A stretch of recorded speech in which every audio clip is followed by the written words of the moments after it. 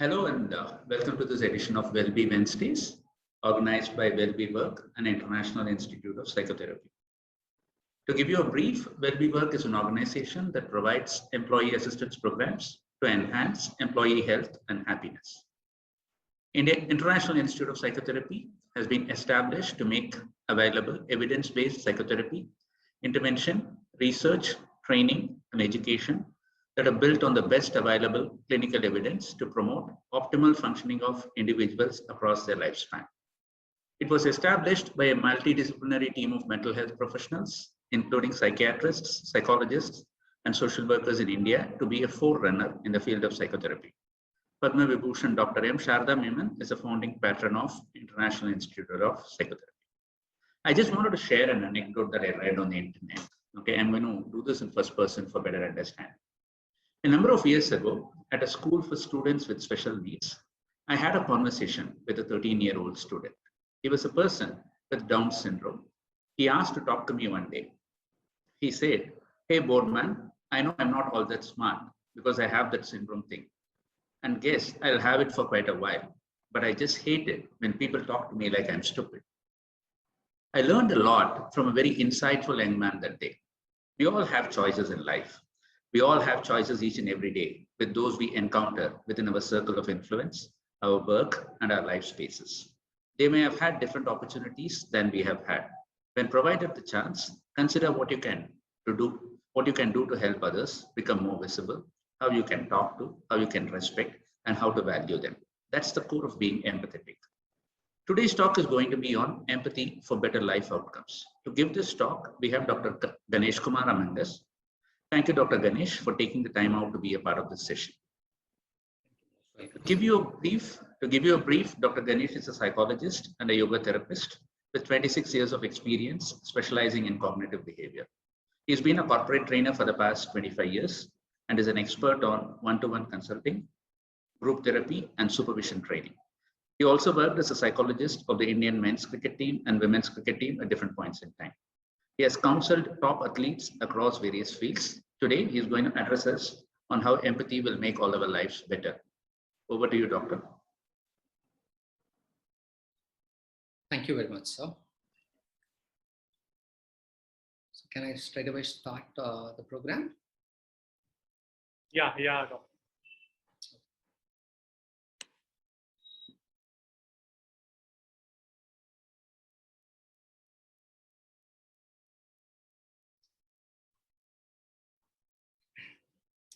So good evening, one and all. I'm very happy, as well as I'm very wonderful, meeting you all and sharing some of my knowledge. Especially, I'm even more happy trying to share something which is very, very important, is like empathy. Empathy is a very need of our, according to me. What we are going through. There's a tremendous of pressure we are going through in our lives. The last 2 years, we've been mostly stuck in our houses, covering our face halfway. It's been a lot of things, and all we need is kind of an empathy, which is very, very vital and important for all of us. So the topic today for us is empathy for better life outcomes. I'm taking a leaf out of David Burns' garden, I would say. He's a wonderful person. He has done a lot of work. I'm a student. Even yesterday we had a very wonderful talk, and I had his wonderful sessions, which is going through. I would like to all ask you, what is this empathy all about?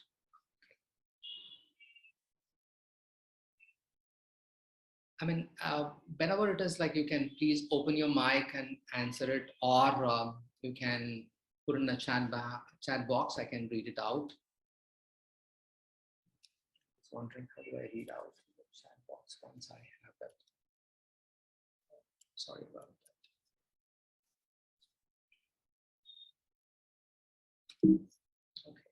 I'm not able to access the chat box as I'm. Okay. If some questions are coming, is it okay for the moderator to voice it out so that I can see that? I'm not able to somehow. Yeah. So Muthu Swami has written, empathy is being in others' shoes. Yeah. That's wonderful. And understanding others. Yeah. There's I wrote stating that feeling with others. Wonderful. Great. Yeah, I know that that's a very beautiful answers both of you have given.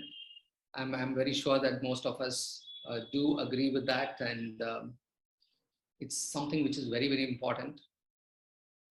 Definitely, this slide especially says that ego is just a small three little word which can destroy the whole beautiful relationship.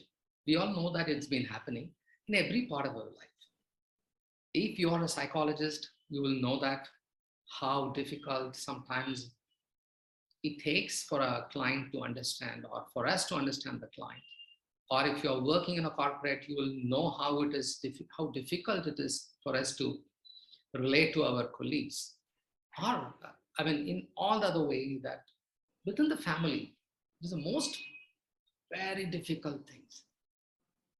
Within the parents, within the spouse, siblings, it's always a very fundamentally very difficult thing to keep our ego out. It's something which is very important. Why I'm sharing this is, without this, we will not be able to go forward. We will not be able to go forward. As I was saying this, I just remember all of a sudden something comes up. There's a Chinese story, Taoist, I think. So a man from the West goes to meet the Taoist person, master, and he wants to go and meet him. When he goes to his place, takes appointment, goes to his place, he sends a card with this full of his education. He has traveled all around the world, he has educated himself, and he goes inside, and the person who receives him takes the card and gives to the master and asks him to be seated. And the master finds and welcomes him and offers him a tea. And as he's offering the tea, this man goes on and on. I visited so many countries. I know this, I know that, I know this. So he rambles about how much he knows about every little things in this world. And as he was doing this, the master was pouring the tea. The cup got filled up, and it was pouring into the saucer and then spilling out of the saucer too. This man got irritated. And he said, "Master, what are you doing? The tea is overflowing. Will you stop it?" Very humbly, the master said, "So are you." Sometimes in life, we all do that, either intentionally or unintentionally. Intentionally, we just have to pull our socks and then we have to get back. Unintentionally, we have to learn to move across. Why is empathy very important? Why is it very important? Can anybody say apart from what I've written here? So any answer? I would love to hear. Whoever it is can just unmute themselves and then answer me. I'll be more than happy to hear you all. Because we have been sitting on the media for a very long time, many a times, keeping our mics off. Sometimes the video is also off. Most of the time I used to say, can you all put on your videos so that we can see each other sometimes. So is there anybody who would say why empathy is very important? What is the reason? Sir, it helps Maybe, to understand yeah, others' maybe feelings. it helps us to, One by one, I'm it sorry. helps us to relate. Pardon? Can you be louder? I'm sorry, I didn't hear you. Maybe because it's helps us. Are you able to? Yeah. Maybe because it helps us to associate with others' feelings and That's emotions. wonderful, wonderful. Yes, it helps us, definitely. Yes, it helps us to associate with other people. Wonderful. Thank you. Anybody else? There was somebody else was trying to say something. There are a couple of messages in the chat as well. Yeah, please. So one is we expect others to treat us the way we treat them. Oh yeah, definitely. That's a wonderful thing. And then one more is then only we could understand other person's problem. Exactly. Very, very true. Wonderful, wonderful. That's amazing. So we all have to know that whether do we wanted to improve the relationship with others? Do you all want to, don't we all want to live peacefully with our fellow human beings? The kind of chaos which is going on. And of course, today the social media is consuming a lot of our time, even the space. We hardly have space sometimes. The people next door, sitting in another room, in the same house, used to text and talk.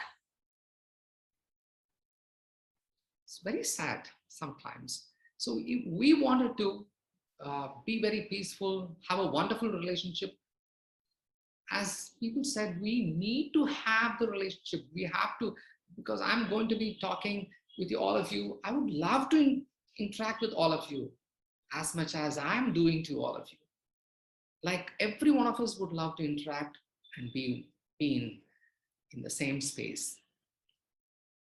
Yes, fundamentally, we all, fundamentally how we relate with ourselves and with the other person is very, very important. We are all social beings. The goal is to live peacefully with our fellow human beings. That is the most important thing. And of course, social media is consuming most of our lives, living hardly any space. So sad sometimes.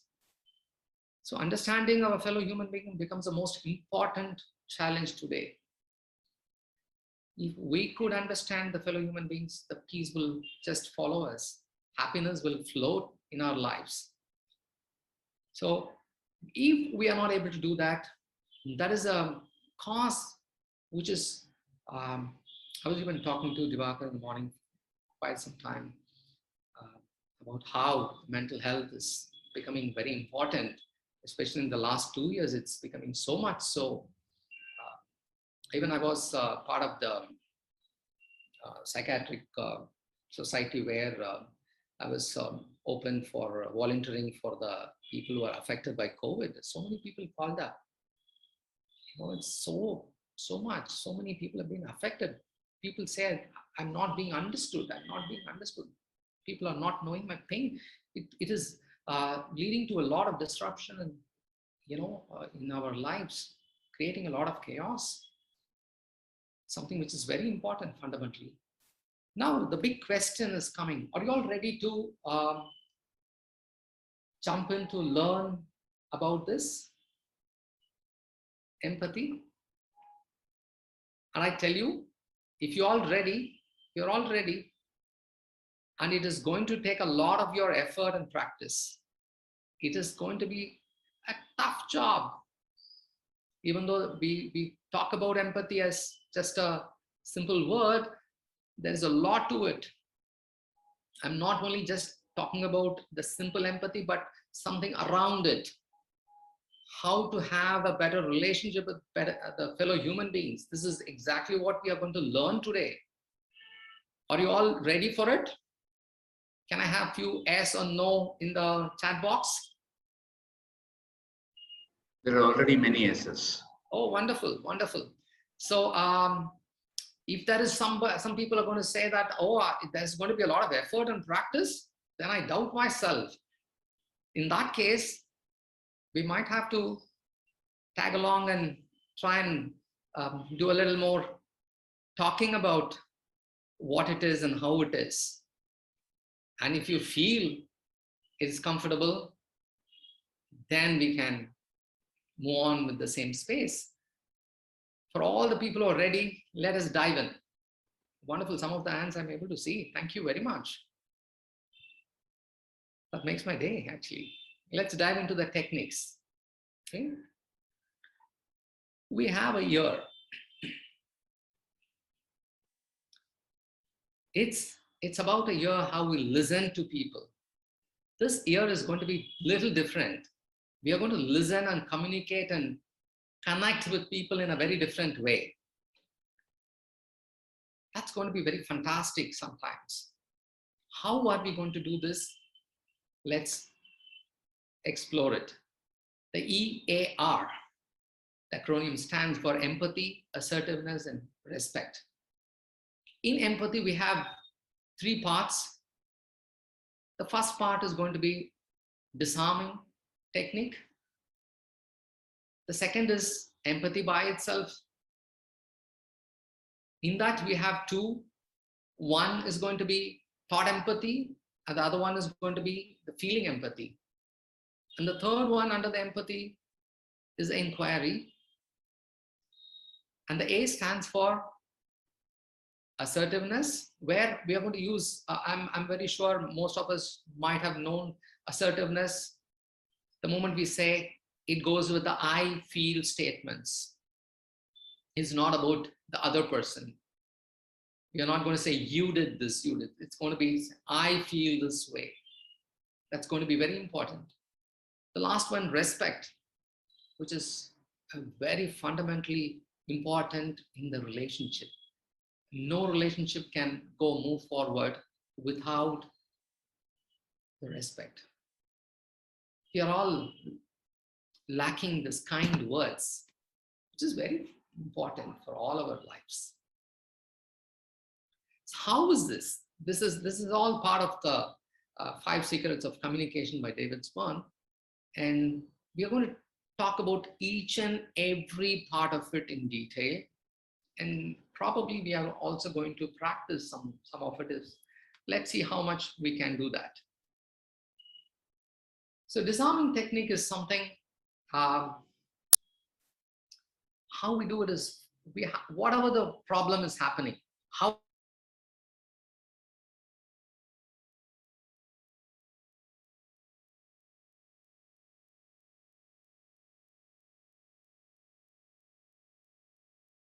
difficult the situation is. And that can be and practice for us to learn, and it's very difficult. It is very difficult for most of us. Even I found it very difficult initially. When somebody is going to talk so badly about me, I'm going to find a truth. How?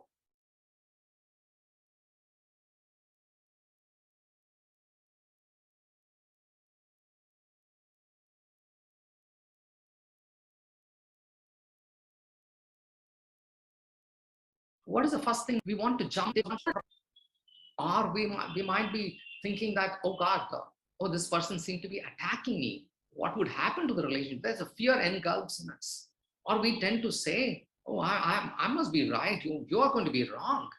We are getting into the defense. And that defense is what is going to destroy the relationship. To explain this, I'm using an analogy of a ship with a sail. And somehow I liked it.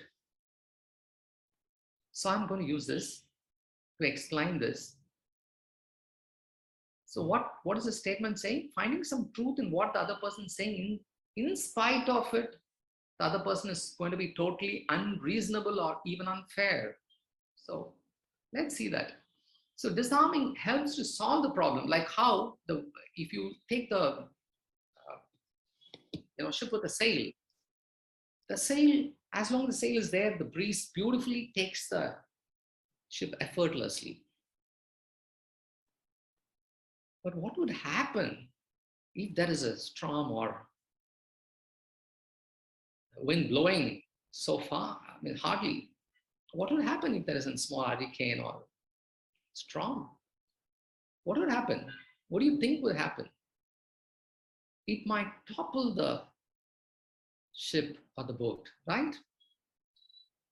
Because it's huge wind is going to blow the sail and topple the boat or the ship. Because the wind is quite powerful. So is sometimes the relationship. The relationship is so beautiful and wonderful. Sometimes there is an argument. Sometimes there's going to rift. It is going to blow away the relationship. The ship in the relation is going to be toppled. The more you resist, there's a beautiful saying, they say that what you resist will persist. If you're going to resist, no, I am the one who's right, you're wrong. And the other person is going to say, no, Ganesh, you're wrong and I'm right. It's not going to be easy for the other person to give up too. So it is better for us to bring down the sail, bring down the defense,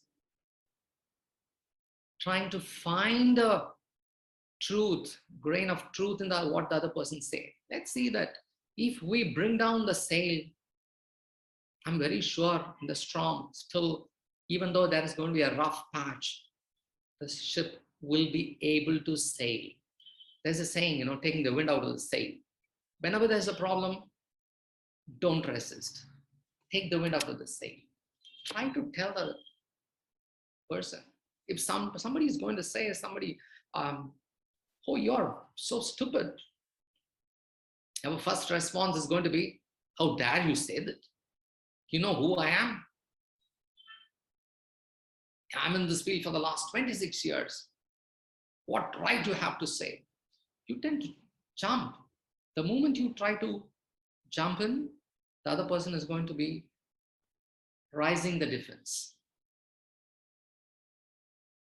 They're going to quote a lot of things. How wrong you are. How pathetic you are. And you have to keep jumping to protect yourself. And what is going to happen? We will be slinging mud on each other. That's going to be very horrible. Instead, if somebody is going, you're so stupid, if in case we are able to disarm, this is how it is done. Oh, I find it harsh, but I might have done something or said something. This is disarming. The moment you agree to that, you put a lie down. And what happens to the other person? They start softening. They stop softening. And there, you've removed the sail. You've taken the wind out of the sail. So you can now start sailing in the relationship. But that's not going to be the end.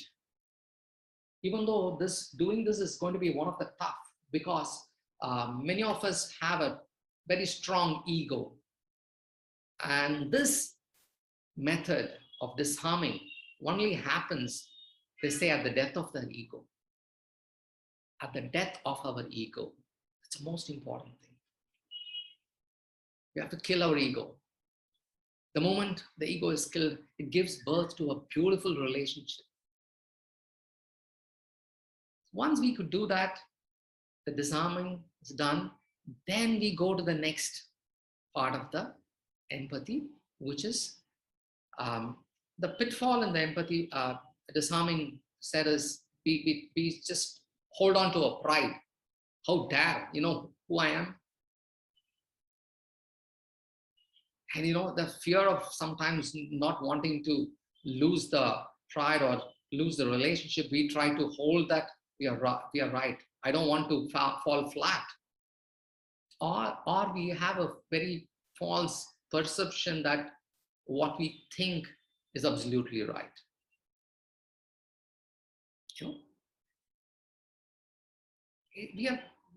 We might be thinking you're right. It's our perception, but it's not always true.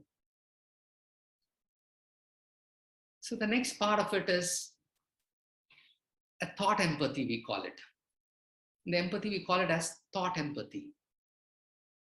It's a very beautiful thing, and it's very simple of all these techniques. Whatever the other person is going to say, that is what is called the thought empathy. What the other person is saying, you're a stupid person. And whatever the other person says, when you are able to say it, that becomes, repeat what the other person said. That becomes the thought empathy. For example, If somebody is going to say, you're not understanding me, you're not listening to me, what is the thought empathy? Can anybody type it? Whatever the person says is the thought empathy.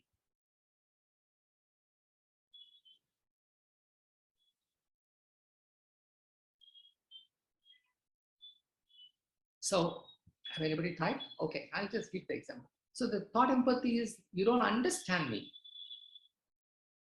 Yeah, I don't seem to be, I'm sounds very sad that I've not been able to listen to you and understand you. So that's exactly what the person says. You might just have to put it from your point of view, that's it.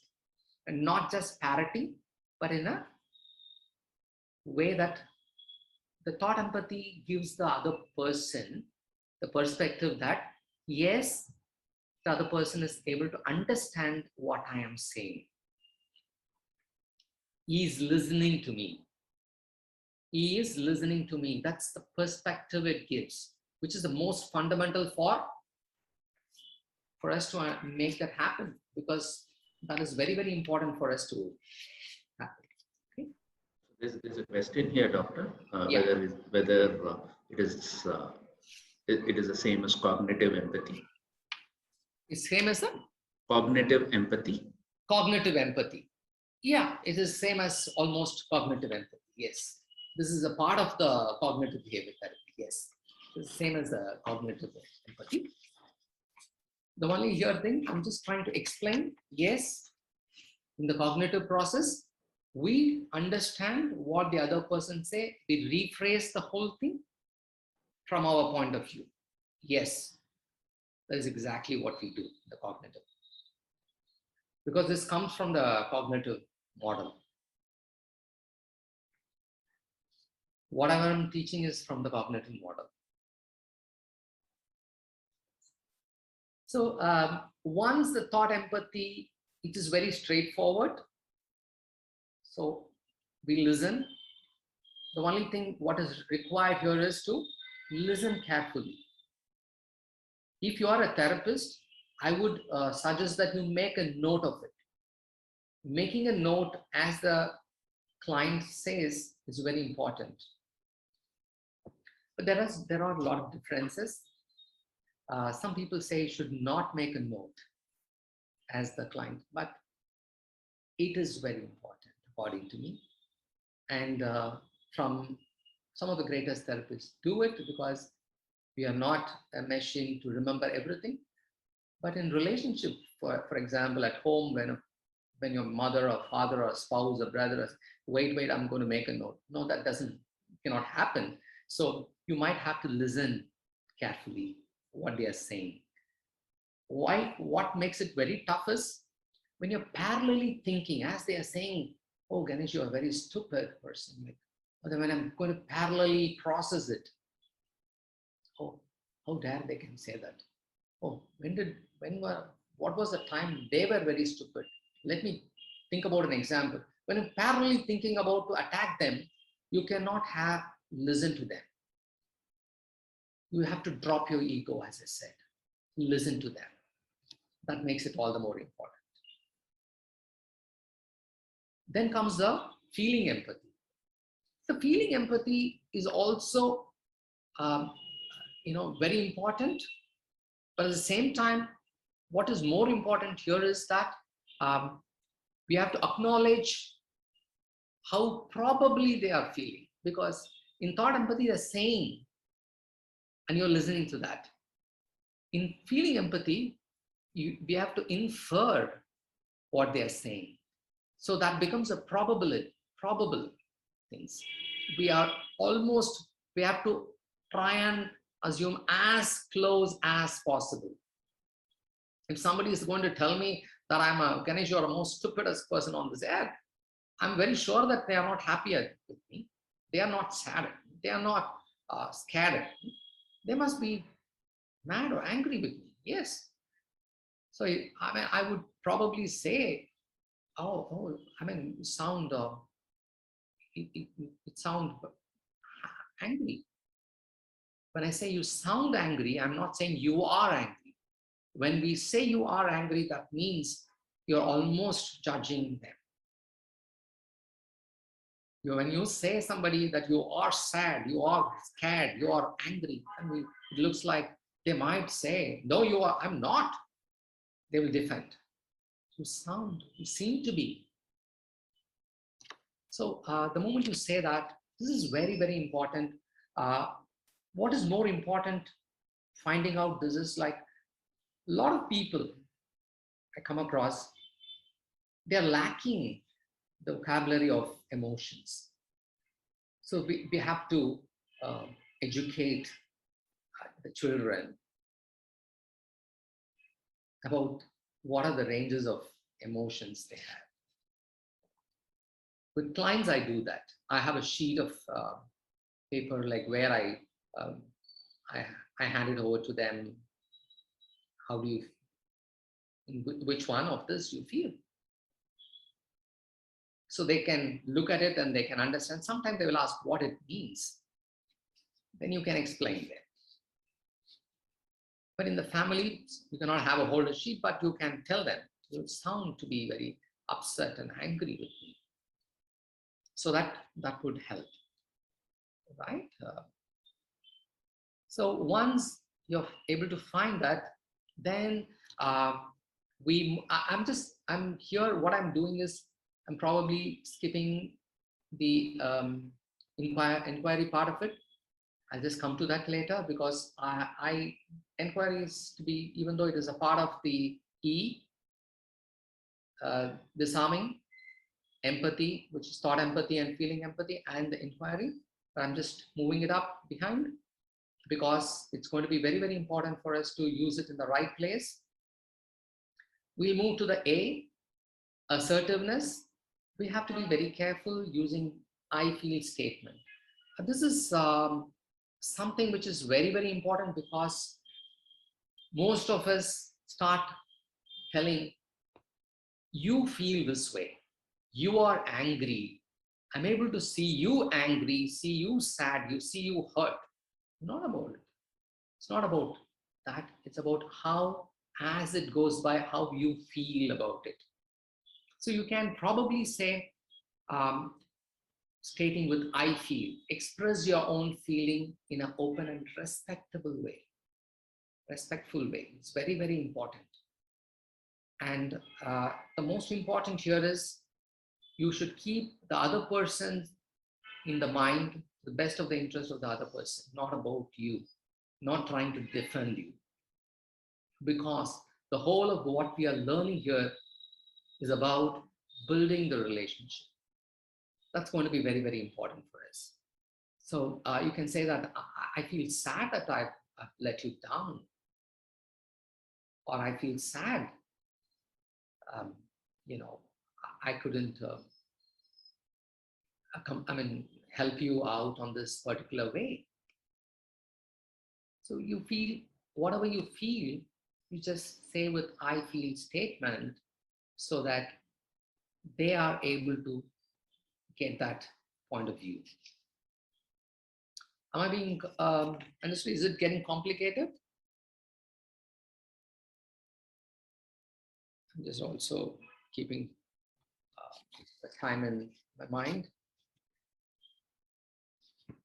And the next part of it is, and now I come to the inquiry part of it. The inquiry here is all about, we have, whatever the problem happens, the other person knows what is going through in their head. They have so many things about you or about us. So it's almost like a puzzle. So first, our job is to collect the puzzle. First, when you disarm, when you are able to be empathetic, thought empathy and feeling empathy, when you inquire, that's when they will be able to tell you what it is. That's when they will be able to tell you that, Ganesh, I told you're stupid because you were not listening to me when I was saying this particular thing. So then you collect all the pieces of puzzles. Once you've collected all the puzzle, then you will be able to arrange the puzzle.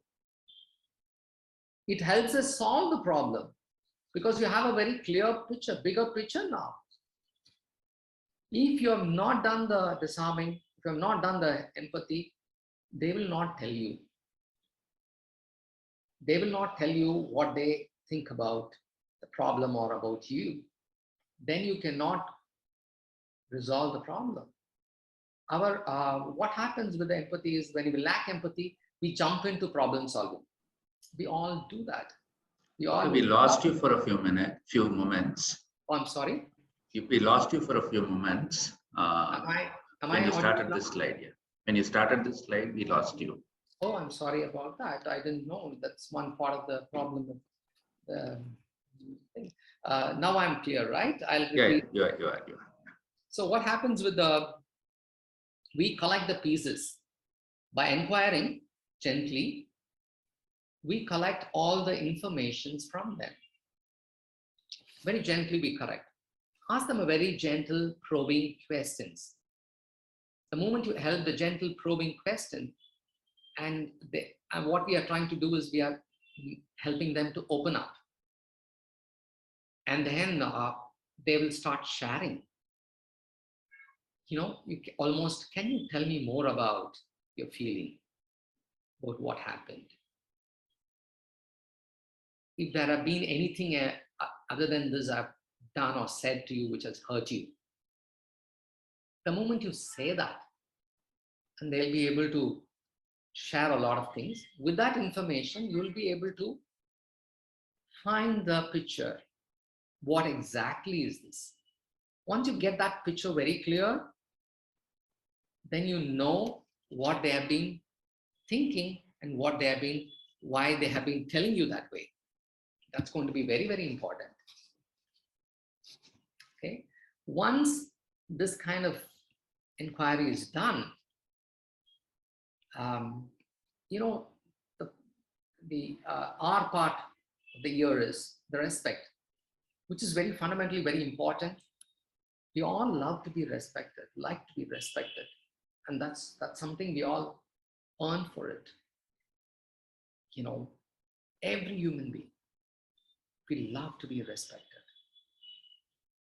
The moment you give them respect, you make their day. The moment you tell somebody in the office or anywhere, good morning, good evening, with a smiling face, it makes the day. Isn't it not? I'm very sure that I've learned things a lot. We all do that.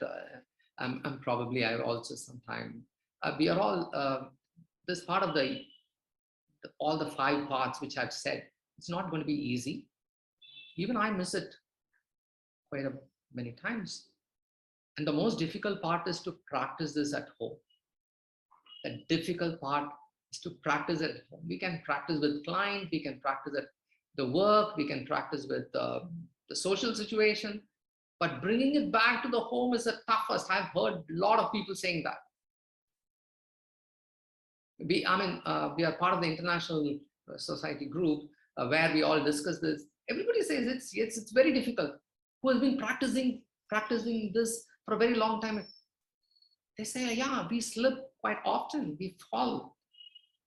Every time you fall, you just try to stand up. That's going to be very important. It's very, very important.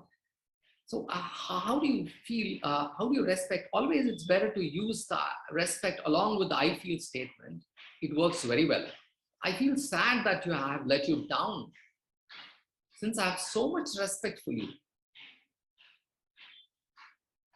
So when you combine with I feel statement, the respect part of it becomes very powerful. And I would always use the inquiry towards the end. Almost. Would you like to know? I would like to hear more about how much I've hurt you, what I've said more about all this.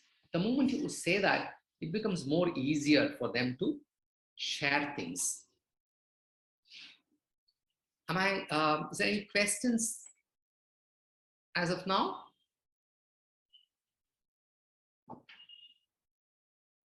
No, doctor. I think we'll take it up at the end.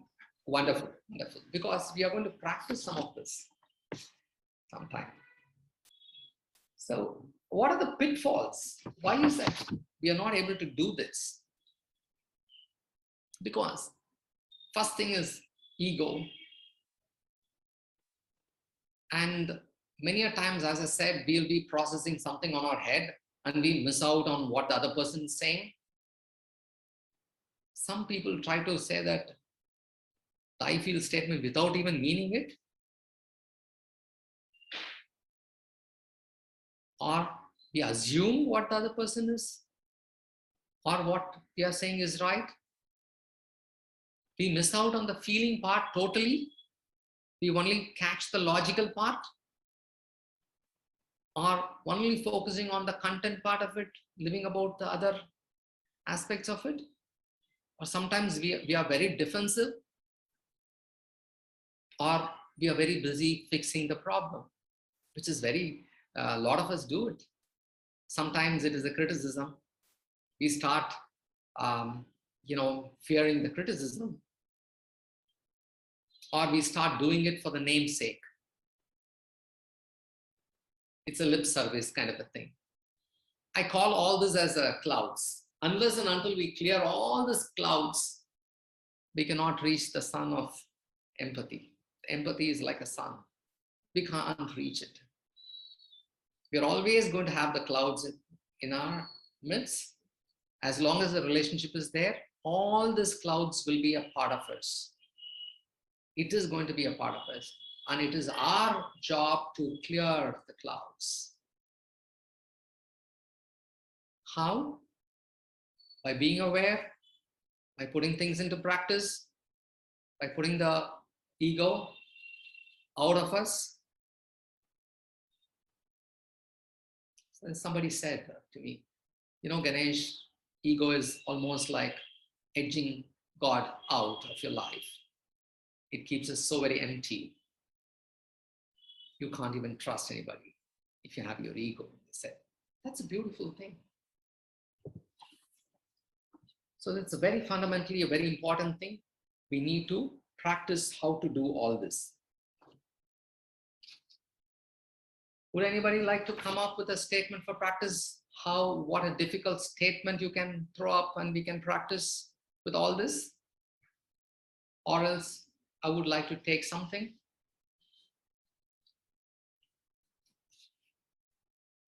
Anybody coming up? Okay.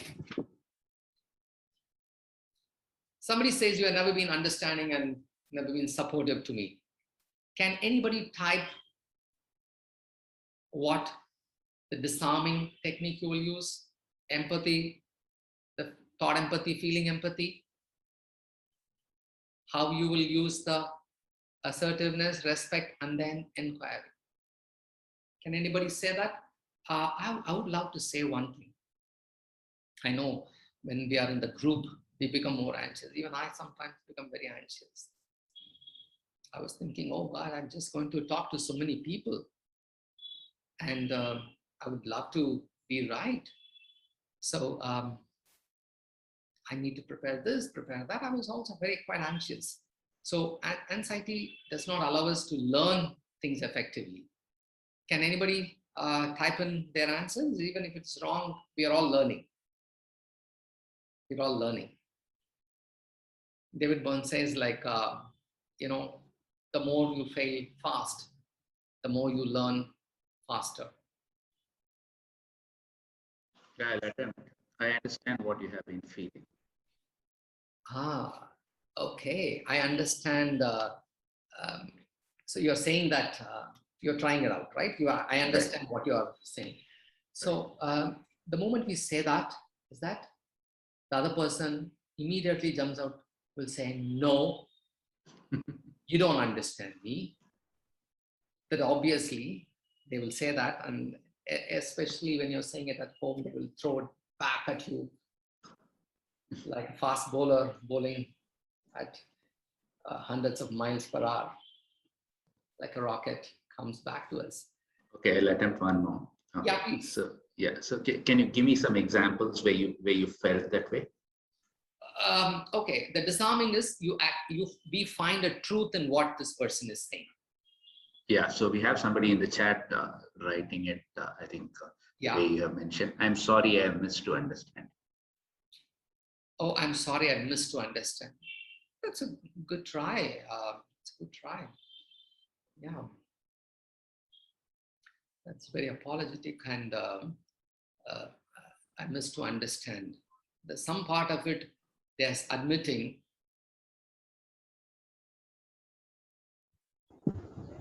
Anybody else? Yeah, could you please explain a little? Is another. Could you please explain? Okay. See, what I'm trying to say that we spoke about the disarming.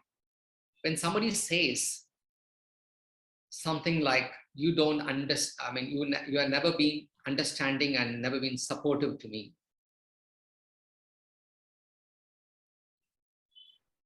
Let us assume a friend of ours or a client of ours say this, or a friend is saying, let's assume there are a lot of common people also here. You have never been understanding and you've never been supportive to me.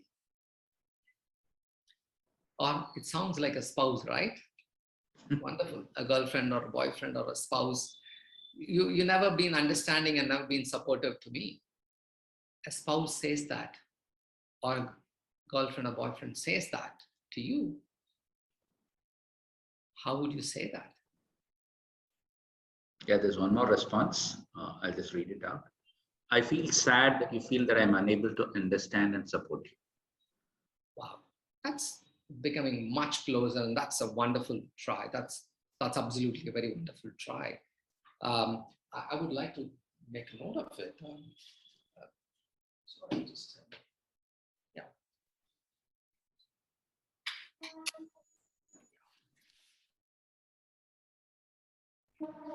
The person said, Yeah, I feel sad.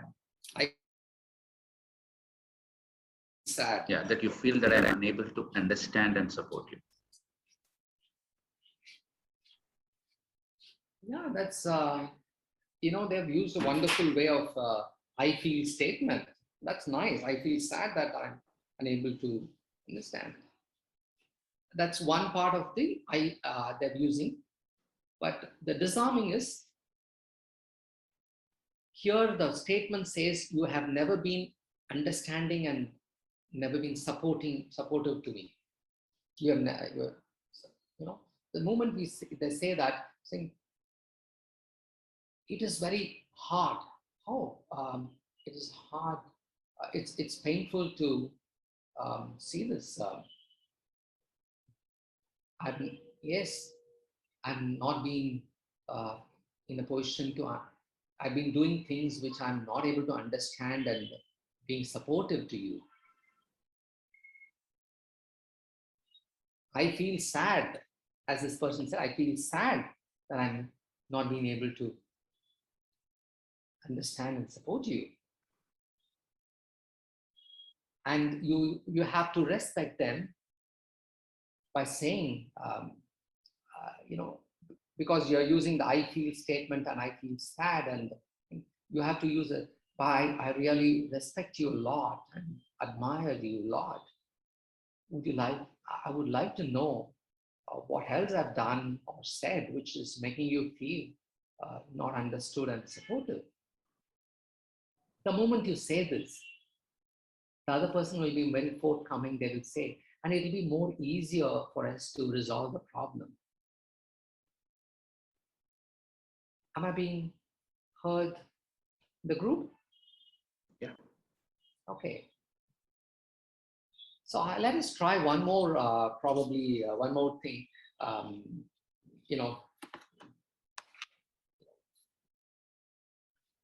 Let's put across this one. Let us assume that a friend of yours, there's a common, we'll take a very common thing. A friend of yours is saying that you cannot be rude and harsh to my brother. how would we say that? I want you people to use the disarming,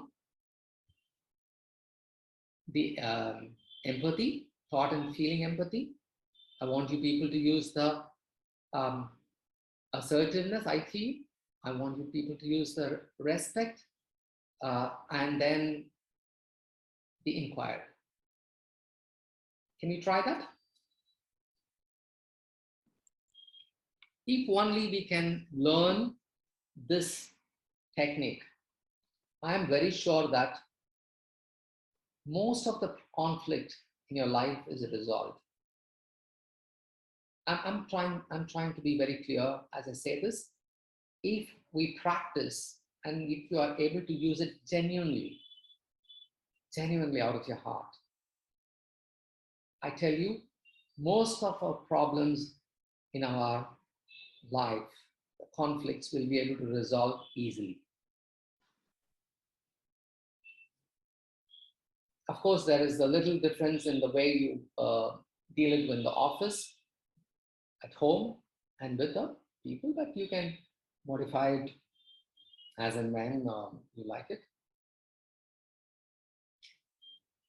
So let me understand the problem. So you are asking us to figure out a way. My friend is saying, Uh-huh.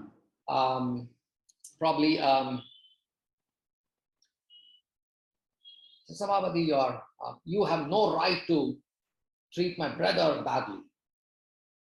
In a very harsh tone, he's saying. How would we say that? Or to the general audience, I'm saying, you have no right to treat my brother so badly and harshly.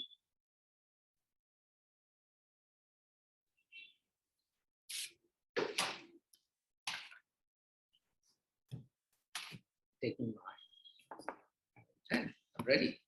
Anybody is writing, typing it?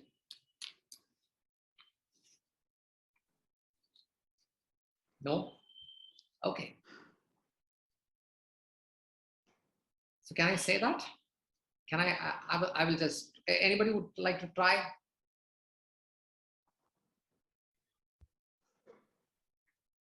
I think I would. Yeah, Divakar, that's wonderful. Please. I would say, like, I feel I should apologize to your brother for treating him rude. I should apologize to your brother. Treating him rude. Pardon? I feel I should apologize to your brother for treating him rude. For treating him rude. Okay. That's something that I would start with as a statement, and then Yeah. then continue to inquire more about why he felt, or which part did he felt that I was rude to his brother. Mm-hmm.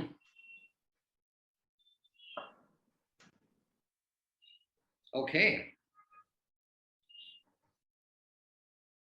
So there's one more response which says, I feel bad that my words and actions have made you feel like this.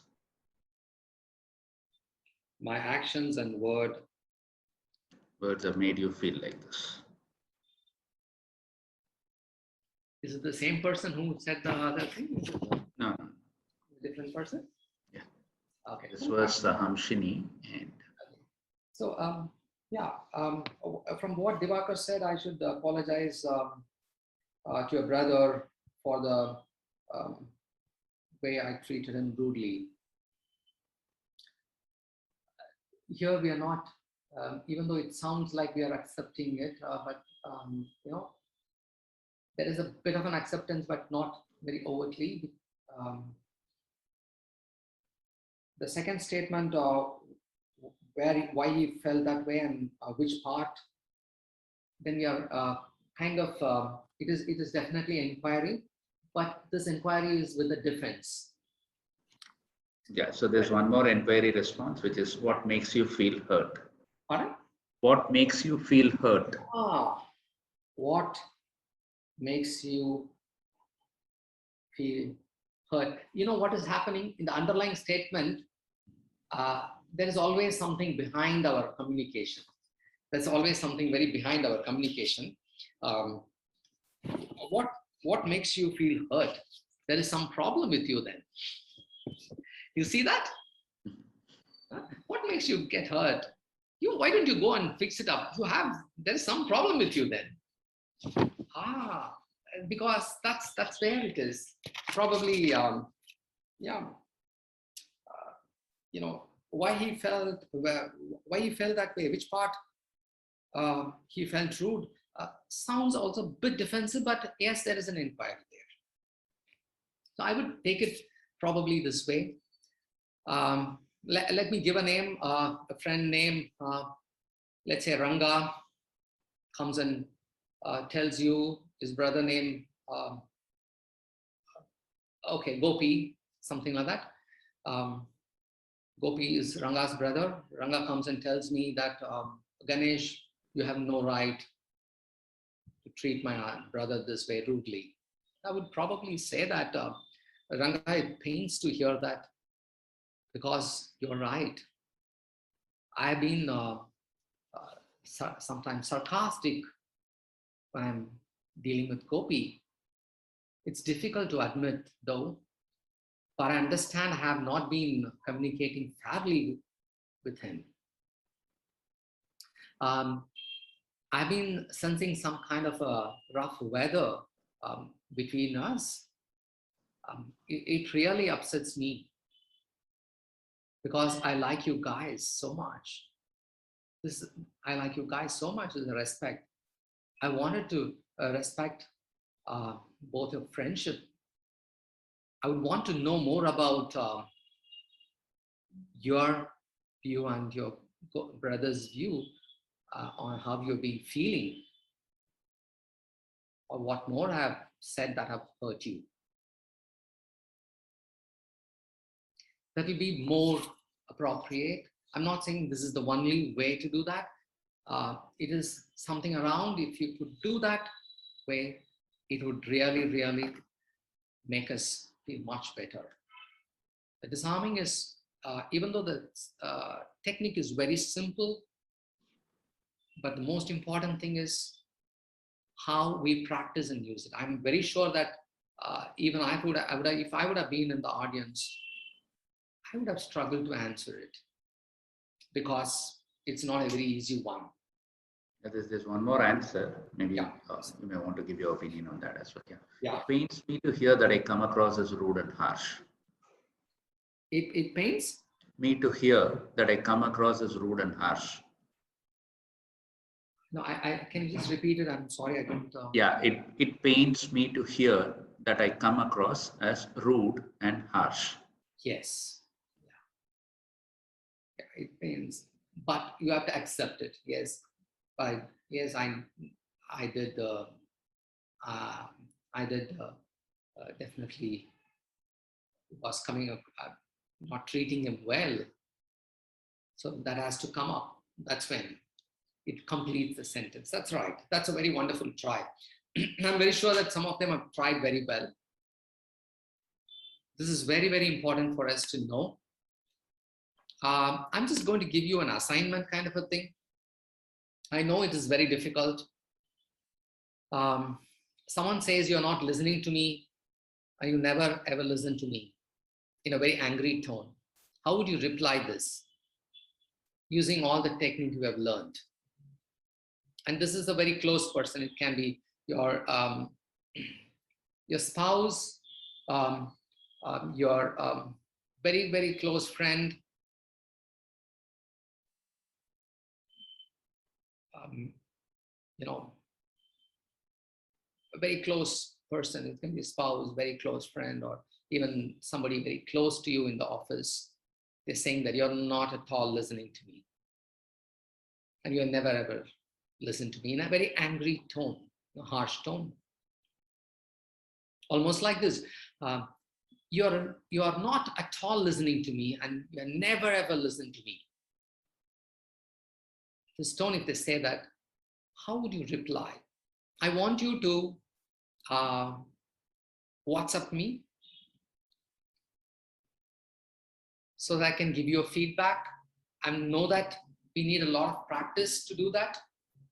So I can also give you up, whoever is able to reply back, I can help you out with some more techniques and some more examples and some more of way of doing it. And I would also do my best to give you the feedback as early as possible and correct it.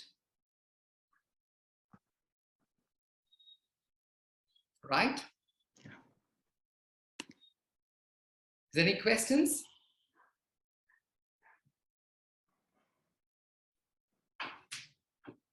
Yeah, maybe you can stop sharing the screen so that Oh, yeah. People could Thank you. Thank you. come on the video. Thank you all. Thank you very much.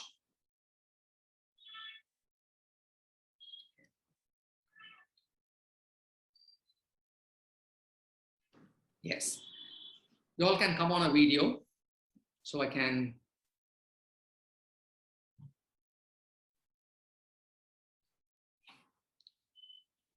Friends, please, whoever, please switch on the video as so that we can interact. It's always good to see the faces.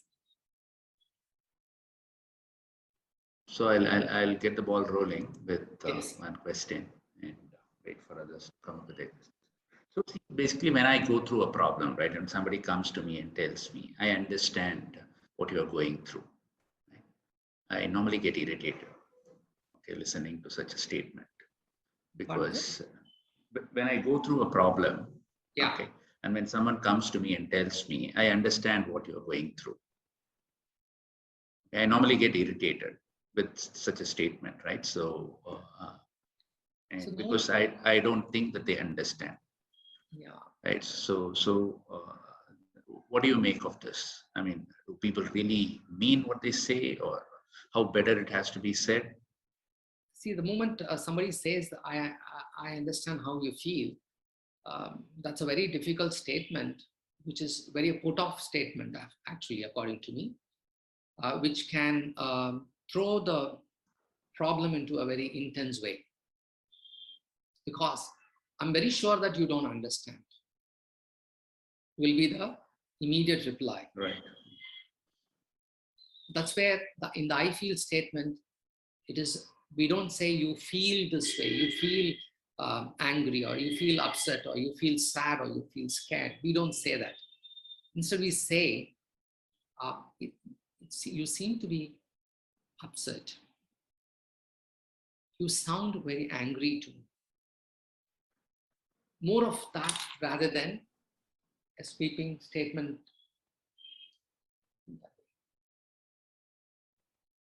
All right. Thank you. Any other questions anybody has, please? You can unmute yourself and ask.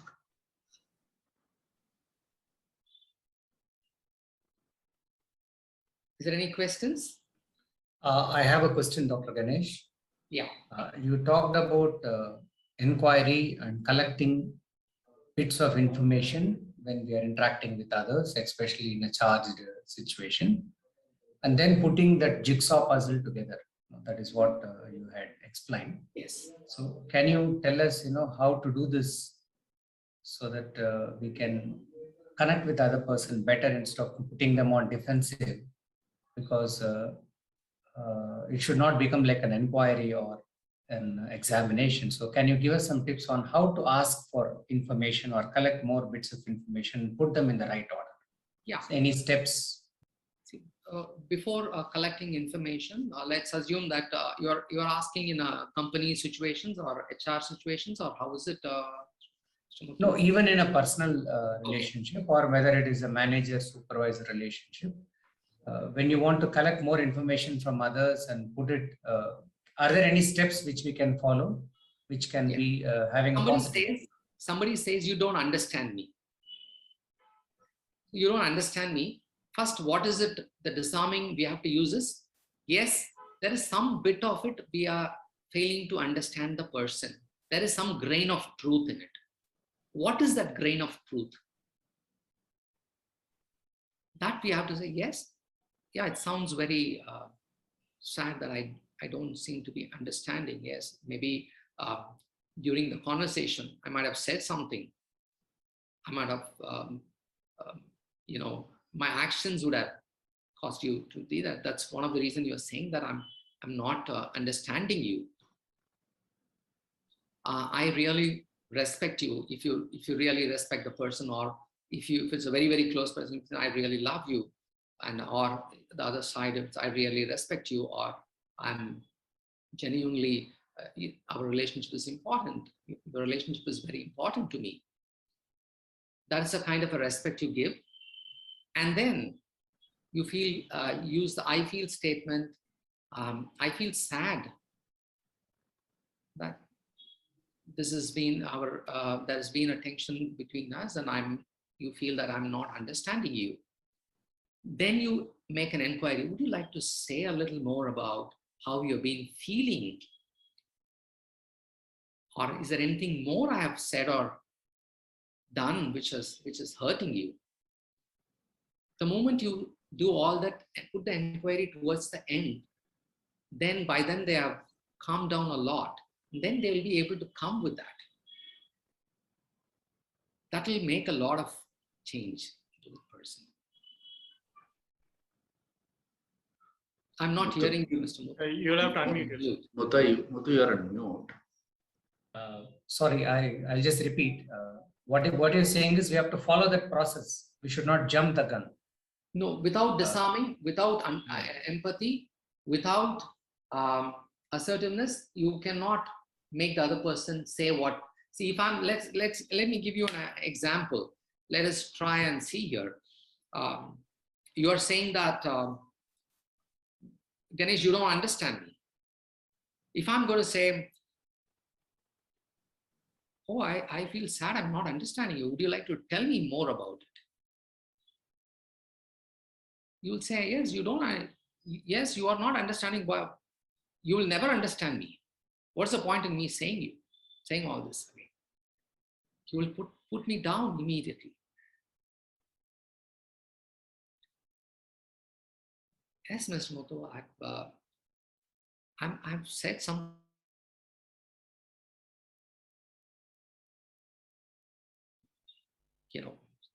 Which is not okay, which is not acceptable. I feel sad about it, but our relationship is very important. I respect it. And then, if you would say that, if you inquire, then the person will open. I would like to hear more about the kind of a tension atmosphere which is prevailing. Would you like to say a little more about it? That's very, very important for us. Yeah, I got it. I just typed that 4 points that you took me through.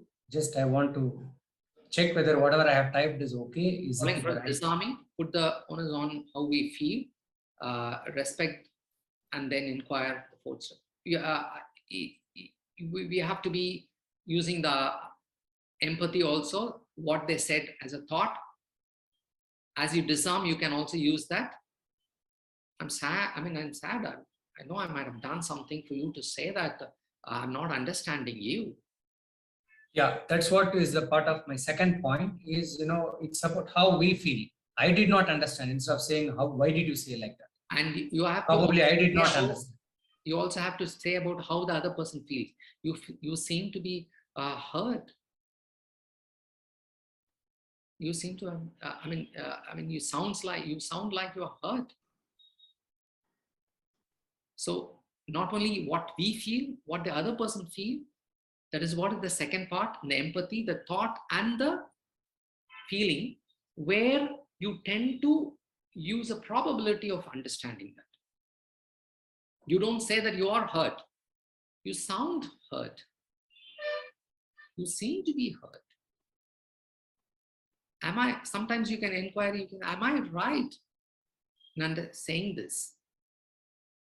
Yeah, you are right, they will say. Do you like to tell me a little more about it?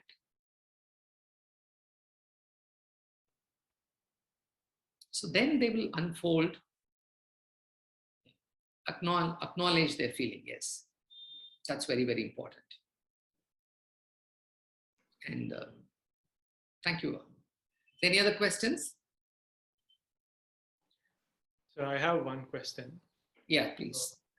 See, while we empathize with people, before we empathize with anyone, we always have a bias.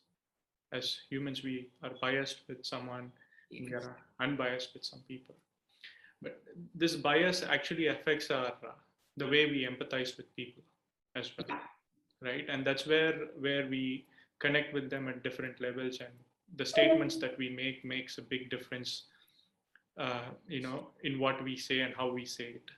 So how do we become, unbiased and show empathy towards people, even when they are not, even when you're going to go and say, or when they're making a statement, and the next thing that you're going to say to them, for sure that they're not going to respect you, or whatever that you're going to say is not going to be welcome.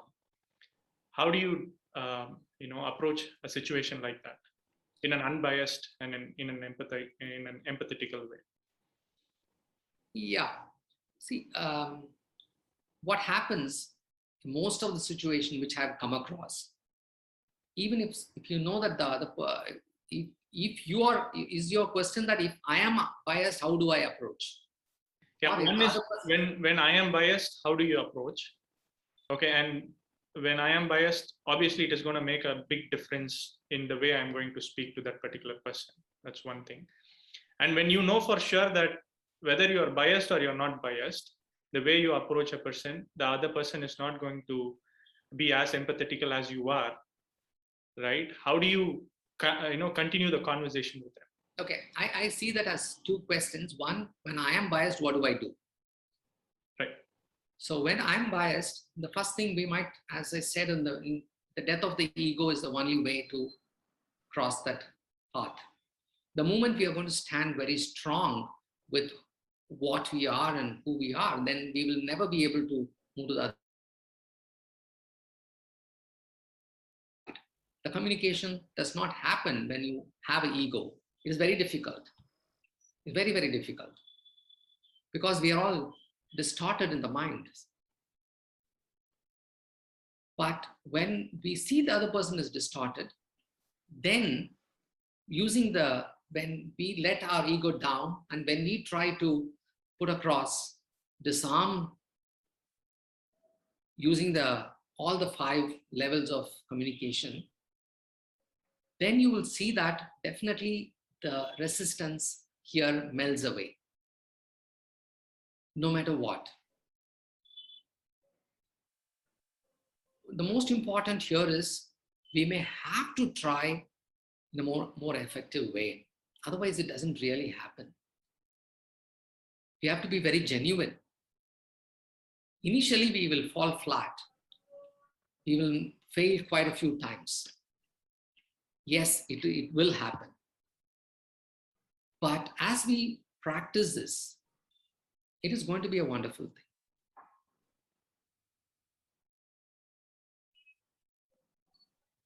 Right. Because the other person, when they are resisting, then they are trying to throw things at you. If you accept, when you're empathetic, the moment the other person, what is the reason? Probably the other person is trying to put us down because they feel threatened. They might be insecure, there may be a threat, there might be something. We have to put that into, bring that down by using all these techniques.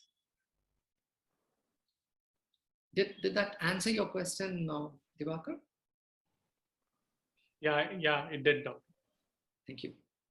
There's somebody who has asked Mary how to improve our level of empathy. Yeah, the empathy is that it's a kind of a practice. It's not something which is inborn. It's a kind of a practice where we need to really work hard on putting ourselves into other person's shoes. That means you have to listen to other person without being biased. As Mr. Divakar I was explaining, you have to put your ego at rest. Go with an open mind.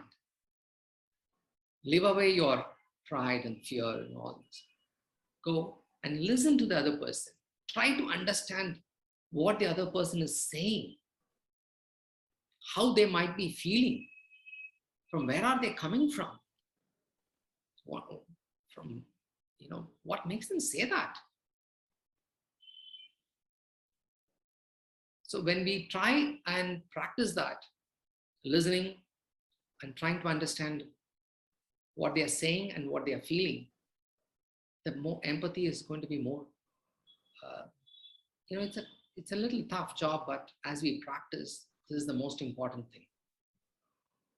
If we can teach this to the younger generation, I'm very sure that there's going to be a lot of peace.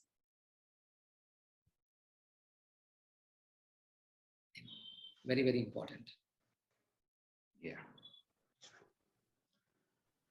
All right, are there any more questions? Is there any other question? Papa, I just want to clarify one thing. It's not a doubt, but Yeah. I just want to say what I understood from what you have said. Yes, because whenever you pointed out the questions, like you don't understand me for the such statements, because even I am confronted with that, even with any of the strangers or even with any of the close members, the first thing is defense comes in, because it's really hard to say in a very calm tone, yes, I feel bad for that and all. The defense comes in, and in order to, because we may not be a person with we may have some insecurities too.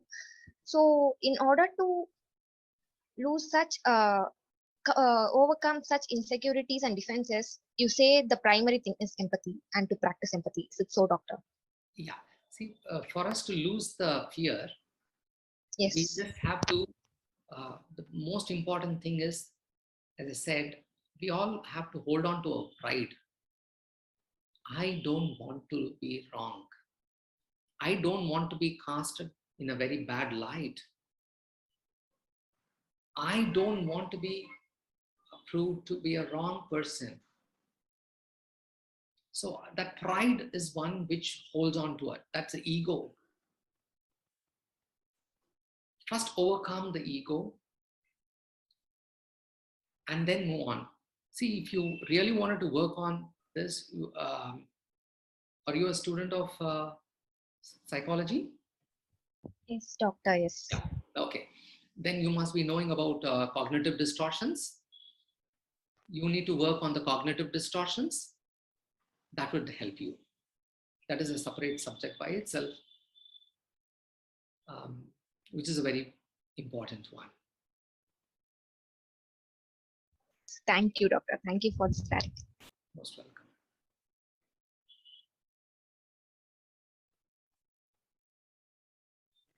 All right, so already you have got a response to your assignment, doctor, from one of the participants, right? So, Okay. all right, so if there aren't any questions, we'll close the session. Okay. Wonderful. So Thank you. yeah, so I would like to thank all the audience who have been a part of this session, and special thanks to Dr. Ganesh for interactive session with the assignment that we have given, and we'll take it forward further as well. Thank you so much, doctor, for being a part of this Well-Be Wednesday session. Thank you so much. Thank you very much. Thanks for giving the opportunity. Thank you all for participating. Have a happy and peaceful life. Thank you, doctor.